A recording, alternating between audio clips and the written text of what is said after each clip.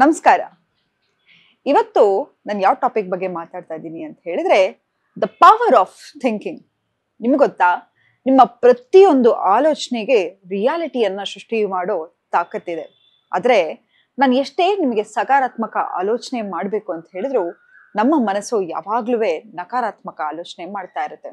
ಯಾಕಂತ ಹೇಳಿದ್ರೆ ನಮ್ಮ ಬ್ರೈನ್ ವೈರ್ ಹೇಗಾಗಿದ್ಯಪ್ಪ ಅಂತ ಹೇಳಿದ್ರೆ ಸದಾ ನಾವೀಗ ಈಗಿನ ಆಧುನಿಕ ಯುಗದಲ್ಲಿ ಯಾವಾಗ್ಲೂ ಏನೋ ಆಗ್ಬಿಡುತ್ತೆ. ಯಾಕಂತ ಹೇಳಿದ್ರೆ ಸದಾ ನಾವು ಯಾವುದೋ ಒಂದು ಆಕ್ಸಿಡೆಂಟ್ ನೋಡ್ತಾ ಇರ್ತೀವಿ, ಎಲ್ಲೋ ಒಂದ್ ಕಡೆ ಯುದ್ಧ ಆಗೋದನ್ನ ನೋಡ್ತಾ ಇರ್ತೀವಿ. ಮತ್ತೊಂದು ನಮ್ಮ ಎಲ್ಲಾ ಸರ್ಕಮ್ಸ್ಟೆನ್ಸಸ್, ಅದರಲ್ಲೂ ಕೋವಿಡ್ ಆದ್ಮೇಲೆ ಹೆಚ್ಚಾಗಿ ನಮಗೆ ಈ ಆಂಗ್ಸೈಟಿ, ನೆಗೆಟಿವ್ ಥಿಂಕಿಂಗ್ ಇದೇ ಲೂಪಲ್ಲಿ ಇದೀವಿ. ಆದ್ರೆ ನಿಮ್ಗೆ ಗೊತ್ತಾ, ಸಕಾರಾತ್ಮಕ ಆಲೋಚನೆ ಮಾಡೋದ್ರಿಂದ ಬರೀ ನಿಮ್ಮ ಮೆದುಳಿಗೆ ಮಾತ್ರ ಅಲ್ಲ, ನಿಮ್ಮ ದೇಹಕ್ಕೆ ಮತ್ತೆ ಮುಂದೆ ಆಗೋದನ್ನು ಕೂಡ ಸೃಷ್ಟಿ ಮಾಡೋತಕ್ಕಂತಹ ತಾಕತ್ತಿದೆ. ಇವತ್ತೊಂದು ಸಣ್ಣ ಕಥೆಯ ಮೂಲಕ ನಿಮ್ಗೆ ಹೇಳ್ತಾ ಹೋಗ್ತೀನಿ. ಒಂದು ಊರಲ್ಲಿ ಒಂದು ಅಜ್ಜಿ ಇರ್ತಾಳೆ. ಆ ಅಜ್ಜಿ ಗಂಡ ಚಿಕ್ಕ ವಯಸ್ಸಲ್ಲೇ ತೀರ್ ಹೋಗ್ಬಿಟ್ಟಿರ್ತಾನೆ, ಮಕ್ಕಳು ಕೂಡ ಇರಲ್ಲ. ಆದ್ರೆ ಒಂದ್ ದೊಡ್ಡ ಆಲದ ಮರದ ಕೆಳಗಡೆ ಅಜ್ಜಿ ಮನೆ ಇರುತ್ತೆ. ಸದಾ ಸಂತೋಷವಾಗಿ ಖುಷಿಯಾಗಿರ್ತಾಳೆ.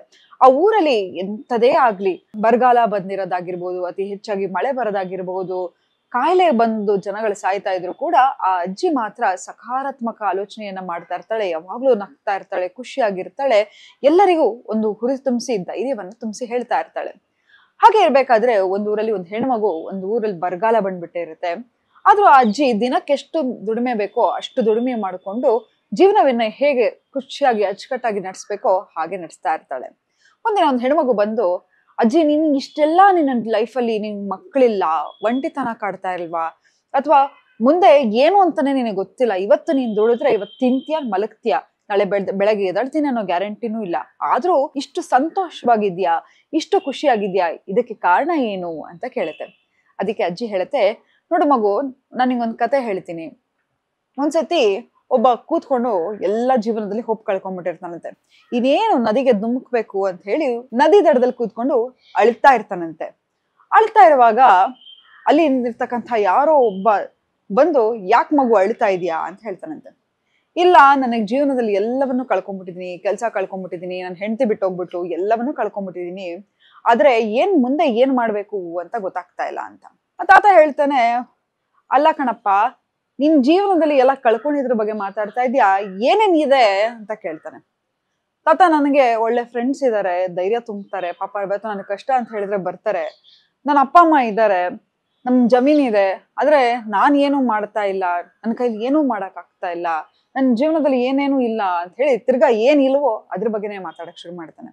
ಆಗ ತಾತ ಹೇಳುತ್ತೆ, ಅಲ್ಲ ಕಣಯ್ಯ, ಇವತ್ತಿಂದ ನೀನ್ ಏನ್ ಮಾಡು ಅಂತ ಹೇಳಿದ್ರೆ ನಿನ್ ಜೀವನದಲ್ಲಿ ಏನೇನ್ ಇದೆಯೋ ಅದ್ರ ಬಗ್ಗೆ ಯೋಚನೆ ಮಾಡ್ತಾ ಹೋಗು, ಏನ್ ಮಾಡಕ್ ಆಗತ್ತೋ, ಏನೇನ್ ಒಳ್ಳೇದಿದೆಯೋ ಇರೋದನ್ನ ಯೋಚನೆ ಮಾಡ್ತಾ ಹೋಗು, ಇಲ್ದೇ ಇರೋದ್ರ ಬಗ್ಗೆ ಆಕಾಂಕ್ಷೆನ ಇಟ್ಕೊಳಕ್ ಹೋಗ್ಬೇಡ, ಬಿಟ್ಬಿಡು, ಇರೋದನ್ನ ನೀನ್ ಸೆಲೆಬ್ರೇಟ್ ಮಾಡ್ತಾ ಹೋಗು ಅಂತ. ಆ ತಾತ ಹೇಳ್ದಂಗೆ ವಾಪಸ್ ಬರ್ತಾ ಹೋಗ್ತಾನೆ. ಬಂದು ತನ್ನಲ್ಲಿ ಏನೇನ್ ಇರುತ್ತೋ ಅದನ್ನ ಎಲ್ಲವನ್ನು ಸಂಭ್ರಮಿಸಕ್ಕೆ ಶುರು ಮಾಡ್ತಾನೆ. ಅವನ ಜೀವನ ಡ್ರಾಸ್ಟಿಕಲಿ ಚೇಂಜ್ ಆಗ್ತಾ ಹೋಗತ್ತೆ. ಹಾಗೆ ಈ ಅಜ್ಜಿ ಹೇಳುತ್ತೆ, ನೋಡು, ಏನ್ ಇದೆಯೋ, ಯಾಕಂತ ಹೇಳಿದ್ರೆ ನೋಡು, ಇವತ್ತಿನ ನಿನ್ನ ಆಲೋಚನೆ ಏನ್ ಕಂಟ್ರೋಲ್ ಮಾಡ್ಲಿಕ್ಕೆ ಸಾಧ್ಯನೋ ಅದನ್ನ ಮಾತ್ರ ಮಾಡ್ತಾ ಹೋಗು. ನಿನ್ ಗಂಡ ಕೆಲ್ಸ ಕಳ್ಕೊಂಡ್ಬಿಡ್ತಾನೆ, ನನ್ನ ಮಕ್ಕಳಿಗೆ ಸ್ಕೂಲ್ ಸಿಗಲ್ಲ, ಬರಗಾಲ ಬಂದ್ಬಿಡ್ತು, ನನ್ಗೆ ಊಟ ಸಿಗಲ್ಲ, ನಾನು ಏನು ಮಾಡಕ್ಕಾಗಲ್ಲ, ನಾನು ನನ್ನ ಮಕ್ಕಳೆಲ್ಲ ಹೊಟ್ಟೆ ಹಸುವಲ್ಲೇ ಸತ್ತೋಗ್ತೀವಿ, ಹೀಗೆ ನಿನ್ ಕೆಟ್ಟ ಆಲೋಚನೆ ಮಾಡ್ತಾ ಇದ್ರೆ ಹಾಗೇ ಆಗ್ತಾ ಹೋಗುತ್ತೆ. ಬೆಳಗ್ಗೆ ಪ್ರತಿದಿನ ಎದ್ದ ಕೂಡ್ಲೆ ಹೇಳು, ಇವತ್ತು ನನ್ನ ದಿನ ತುಂಬಾನೇ ಅದ್ಭುತವಾಗಿರುತ್ತೆ, ಇವತ್ತು ನನ್ನ ದಿನ ತುಂಬಾ ಚೆನ್ನಾಗಿರುತ್ತೆ, ನನ್ನ ಗಂಡನಿಗೆ ಒಳ್ಳೆ ಕೆಲಸ ಸಿಗತ್ತೆ, ಹೀಗೆ ಎಲ್ಲವನ್ನು ಯೋಚನೆ ಮಾಡ್ತಾ ಹೋಗು, ಖಂಡಿತ ಆಗತ್ತೆ ಅಂತ. ಹಾಗೆ ಅಜ್ಜಿ ಮಾತು ಕೇಳಿ ಅವಳು ಮನೆಗೆ ಹೋಗಿ ಇದೇ ತರ ಆಲೋಚನೆಯನ್ನ ಮಾಡ್ತಾ ಹೋಗ್ತಾಳೆ. ಗಂಡ ಬೇರೆ ಊರಿಗೆ ಕೆಲ್ಸಕ್ಕೆ ಹೋಗಿ ಅವಳಿಗೊಂದು ಪತ್ರವನ್ನ ಬರೀತಾನೆ, ನಾನು ಇವತ್ತು ಇಷ್ಟಿಷ್ಟು ಸಂಪಾದನೆ ಮಾಡ್ತಾ ಇದ್ದೀನಿ, ಮುಂದಿನ ತಿಂಗಳು ಬಂದು ನಿನ್ನನ್ನ ನಾನು ನನ್ನ ಊರಿಗೆ ಕರ್ಕೊಂಡು ಹೋಗಿ ನಾವೆಲ್ಲರೂ ಒಂದು ಹೊಸ ಸಂಸಾರವನ್ನ ಅಲ್ಲಿ ಶುರು ಮಾಡೋಣ, ಪೇಟೆಯಲ್ಲಿ ಜೀವನವನ್ನ ನಡ್ಸೋಣ ಅಂತ. ಹೀಗೆ ನಮ್ಮ ಜೀವನದಲ್ಲಿ ನಾವ್ ಯಾವಾಗ ನೋಡಿ, ಹೋಪ್ ಅನ್ನೋದು ಮನುಷ್ಯನಿಗೆ ತುಂಬಾನೇ ಮುಖ್ಯ. ಯಾವಾಗ ಮನುಷ್ಯ ಒಂದು ಧೈರ್ಯವನ್ನ ಕಳ್ಕೊತಾ ಹೋಗ್ತಾನೆ, ಆತನಿಗೆ ಬದುಕೋಕೆ ಆಶಯನೇ ಇರಲ್ಲ. ತನ್ನ ಹೋಪನ್ನ ಕಳ್ಕೊಂಡ್ಬಿಟ್ಟಿರ್ತಾರೆ, ಮುಂದೆ ನನಗೆ ಯಾರು ಇಲ್ಲ. ನೋಡಿ, ಎಷ್ಟೋ ಸತಿ ನಮ್ಗೆ ಎಷ್ಟು ದುಃಖ ಆಗಿರತ್ತಂತ ಹೇಳಿದ್ರೆ ನಮ್ಗೆ ಏನು ಬೇಕಾಗಿರಲ್ಲ, ಯಾರಿಂದ ಒಂದು ಹಣ ಬೇಕಾಗಿರಲ್ಲ, ಒಂದು ಸಾಂತ್ವನ ಬೇಕಾಗಿರಲ್ಲ, ಏನು ಬೇಕಾಗಿರಲ್ಲ. ನಮ್ಮ ಕಷ್ಟವನ್ನ ಕೇಳೋರು ಯಾವ್ದಾದ್ರು ಒಂದು ಹೃದಯ ಸಿಕ್ಕಿದ್ರೆ ಸಾಕು ಅಂತ ಇರ್ತೀವಿ. ಹಾಗೆ ರೀ, ನಾವು ನಮ್ಮ ಮನಸ್ಸು ಹೇಗಪ್ಪ ಇರತ್ತೆ ಅಂತ ಹೇಳಿದ್ರೆ ಒಂದು ಸಣ್ಣ ಮಗು ತರ.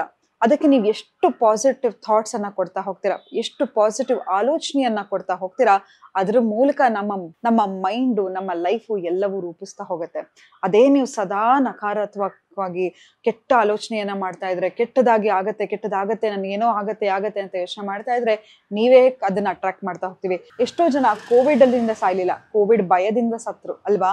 ಹಾಗಾಗಿ ನಾವು ಯಾವಾಗ ಸದಾ ನಕಾರಾತ್ಮಕ ಆಲೋಚನೆಯನ್ನ ಮಾಡ್ತಾ ಇರ್ತೀವಿ, ನಮ್ಮ ಲೈಫಲ್ಲಿ ನೆಗೆಟಿವ್ ಆಗ್ತಾ ಹೋಗುತ್ತೆ. ನಮ್ಮ ಜೀವನದಲ್ಲಿ ಏನೇನಿದೆಯೋ ಅದನ್ನ ಸಂಭ್ರಮಿಸ್ತಾ ಹೋಗೋಣ. ನಮ್ಮ ಜೀವನ ಹೇಗೆ ಬೇಕೋ ಹಾಗೆ ಸೃಷ್ಟಿ ಮಾಡಿರ್ತಕ್ಕಂತಹ ಶಕ್ತಿ ನಮಗಿದೆ. ನಮ್ಮ ಪಾಸಿಟಿವ್ ಥಾಟ್ಸಿಗೆ ಆ ಪವರ್ ಇದೆ.